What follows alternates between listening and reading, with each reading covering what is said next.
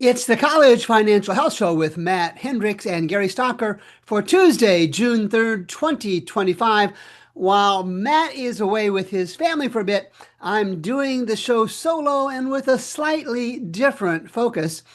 I'm going to do a college financial transparency report that is for students and for their families. And it's important for colleges to be transparent about their financial health, good or bad. And this show, the specialized show for students and families, will help those students and families understand basic measures and comparisons of a college's financial health. Now, I'm going to do two colleges each time that I do this, and it's going to be a relatively rapid review with only 5 points of emphasis. The first question I'm going to ask and answer for each of these two colleges is the college making money or losing money? It's important for any business. The second will be, are enrollments and tuition revenue stable, declining, or growing? The third question is the college maintaining its buildings? This is a safety question, and I'll explain that during the course of the show. And number 4 is the endowment being used responsibly? We have a measure we'll show you on that. And finally, does the college graduate its students? In addition to that, we'll look at how much tuition discounting colleges do to get students in the door. The two colleges we're going to look at today are Lyon College in Arkansas and Quincy University in Illinois. And we start with just looking at that first question, is this college making money or losing money? And the first parameter we're going to look at, and this information comes from audited financial statements, so colleges themselves have submitted and approved this net income margin. It's a profit margin. Private, nonprofit colleges don't call it that, but that's what it is. It's how much money they have left over after they've paid all of their expenses. And we can see for our demo today that Lyon College will be the blue line in all of our slides that I'll show you, and Quincy University in Illinois will be our green line for our comparisons. And we can see when we look at both of these colleges that both have had issues. Now, the one exception to that is Lyon College had an exceptional endowment donation back in 2020. And so their situation changed briefly for that 1 year. But we can see both Lyon College and Quincy University have had net income margins of 0 or less, really for most of the last reported 8 or 9 years. That's not a good indication. Next, we're going to look at the enrollment and the tuition revenue or net tuition revenue associated with that. And for the two colleges we're looking at, Lyon College and Quincy University, we'll look at the raw values first, and this is FTE, it stands for full-time equivalent undergraduates. It's an enrollment number, and it kind of is a standardized enrollment number. And we can see that really for both colleges, they have had overall decreasing to flat trends. Lyon College has more of a decrease. Quincy University had a decrease in the first set of years and is up just a little bit in the last 2 or 3 years. But more importantly, let's look at let's change the measure and let's get the percent change.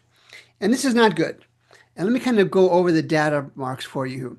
The top line is the 75th percentile. There's about 1,300 private colleges included in this database. This is from the Advanced Compass from Perspective Data Science. This is the 75th percentile. So all colleges below this are below the 75th percentile. All above it, obviously, are above it. The median line, which I'll talk about often, is the middle, the median value for all these 1,300 colleges. And the long dashed line is the 25th percentile. So we can see that really both of our colleges are at below that 25th percentile. They're shrinking. Both Lyon College and Quincy University have shrinking enrollments. That's pretty obvious here. Now, the one line I didn't mention initially was this red line. And you'll see this red line in all the charts for most of the reports that we're going to do.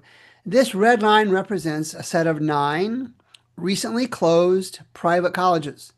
You don't want to be anywhere near that red line, and you see that for the most part, our colleges are dangerously close to that same line as colleges that have recently closed. Both were below it significantly in the late 2000 teens, and both have gone a little bit closer to it in the last 3 years. And then we want to look at the revenue that comes from that tuition. So net tuition revenue. First, let's look at the millions, and we can see that Lyon College is about $7 million in 2016 and down to $5.5 million in 2024. That's a small number. Quincy has inched up a little bit from 10 million up to about 17 million and change in 2024. But again, the percent change is what we want to look at. And let's start with Quincy. And Quincy indeed has been able to increase the net revenue that comes from tuition from its students. That's a good business thing. Students may not like that, but they're getting value from that because the college is growing its revenue source. We can see that the percent change for Lyon College has a negative downward trend, not good overall for Lyon College because their net tuition revenue is going down. The third question we ask in this financial transparency show is the college that we're talking about maintaining its buildings? Now, there's a little behind baseball, inside baseball behind this. And let me explain how this works. You can see the line for Lyon College and the line for Quincy University. The minimum threshold, statistically, numerically, for colleges to show that they're maintaining their buildings is a ratio of this CapEx to depreciation, that's the inside baseball number, of something greater than 1. All right, trust me, that's what the value is. And we can see that really since 2016 and up until 2024, neither of these colleges did a good job of maintaining, providing enough cash, providing enough reserves, provided enough resources to keep and maintain their buildings. You may have seen holes in the roof, you may have seen holes in the parking lot, mold on the walls, those kind of things. But if you're not investing in your buildings, that's reflected in this number, and both colleges can do better. Both of these colleges can do better. The fourth question we're going to look at is the endowment being used responsibly? Now, responsibly is a word with emotion attached to it. And I'm going to show you two values for our colleges.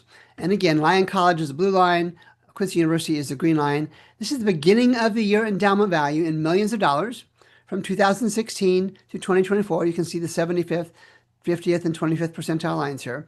And as I shared earlier, in 2020, Lyon College received a significant gift, and essentially a significant endowment gift. I don't remember the number off the top, but the value went from 60 million in 2020 up to 97 million. So almost $40 million in that 1 year. And they have kept that number pretty high, although they're drawing it down just a little bit in the last couple of years. The endowment at Quincy University has been much, much smaller.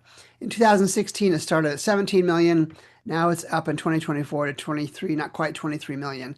That's the value, but let's see how responsibly they're using this. This is something called endowment appropriation, more commonly called the endowment draw. How much money is a college drawing out of its endowment? An endowment is really, in essence, there to help this college live into perpetuity. So you don't want to take much of it. And the standard number is about 4.5%. And if you look at the median line here, it's right around that 4.5% value all the way across. It varies a little bit. And we can see from our chart here that the endowment utilization for Quincy University has been on the high side. This is 10% in 2018, 5%, 5% still in 2021. But look what happened in 2023, 20%, almost 21%, and in 2024, almost 40%. This is a sign of a college in distress and using the money from the endowment to do things like keep the lights on, to meet payroll, those kind of things. This is not a good indicator for Quincy University. On the other hand, because they had that large gift in 2020, 2021, Lyon College is doing better. They've not had to draw such a large percentage because their endowment value is higher. We saw that up here. In 2024, it's almost 100 million. Quincy University is not even 23 million yet. So they've done a decent job. And in all honesty, probably the value of that endowment, as long as they don't consume it a lot, and I have some concerns about that, Lyon College is probably okay for a few more years. Quincy University, I have some concerns. I have some concerns because of this excessive utilization of their endowment just to keep the lights on.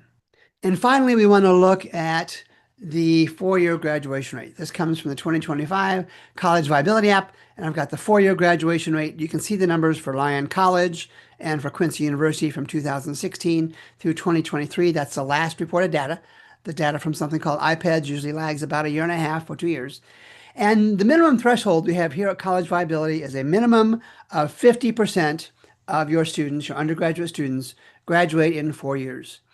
And you can see that neither of these colleges are graduating students at that rate. I can even take a look at a 6-year graduation rate for both these colleges. And we're going to see that that even after 6 years, neither Lyon College nor Quincy University graduated even half of their students. On occasion, they have hit that number, but overall, the average is below that 50% threshold. So how do you use this data? if you are a student or family member. We looked at 5 key questions about a college's financial health, Lyon College and Quincy University. And this show is really part of a project that's being developed to provide more and better financial transparency, clarity to students and their families about colleges they are considering. Be careful about choosing a college in comparatively poor financial health, and the tools we just showed you are good indicators of colleges that are in both poor, relatively poor financial health, and those that are in good, solid financial health. And during upcoming shows, I'll cover both the financially strong and the financially weak colleges for your consideration. If you have requests for colleges to be reviewed, drop me a note to Gary at College Viability. That's Gary at College Viability, one word, Gary at collegeviability.com, and I'll be sure to add those colleges to future shows. Thanks for watching. For Matt Hendricks, I'm Gary Stocker.